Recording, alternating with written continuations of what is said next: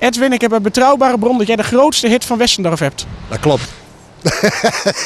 En welk is dat? Westendorf, het liedje Westendorf. Nee, het kwam toevallig zomaar in één keer voorbij.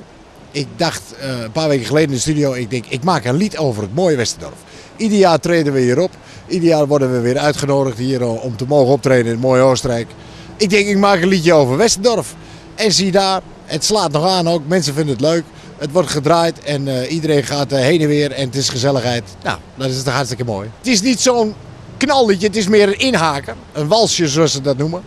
Met echte Oostenrijkse klanken erin. En ik bezing het lied het dorp Westendorf. Het is voor mij de 5e keer dat ik hier ben. Steven Storm die nodigt mij iedere keer uit. En die zegt kom naar de feestweek. Nou graag, het is voor mij een stukje werk, een stukje ontspanning. Ik ben hier de hele week, ga lekker skiën en lekker onder de mensen. Gezellig spreekt iedereen. En je bent het land uit, dus ja, ik mag hier graag zijn in Oostenrijk. In de tent treed ik op en in de Vlugelhaus. En ik vind het hartstikke leuk om dat te combineren.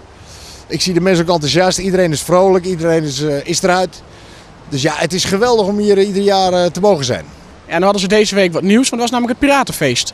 Ja, leuk. Ik bedoel, ze hebben de piraten in de sneeuw. Die avond stond ik hier dus ook met Marianne Weber en met Koos. En Leslie Williams was erbij. Willy Oosterhuis presenteerde het. Ik vond het een topavond. Heel gezellig. Piraten kun je overal hebben. Die kunnen in de sneeuw zitten, die kunnen op de berg zitten. En ook in de feesten in Westendorf. Dus waarom niet? Het concept werkt heel goed. De tent zat helemaal vol. Dus de stemming was geweldig. En ja, ik heb zoiets van, dat is absoluut een jaar weerkerend gebeuren.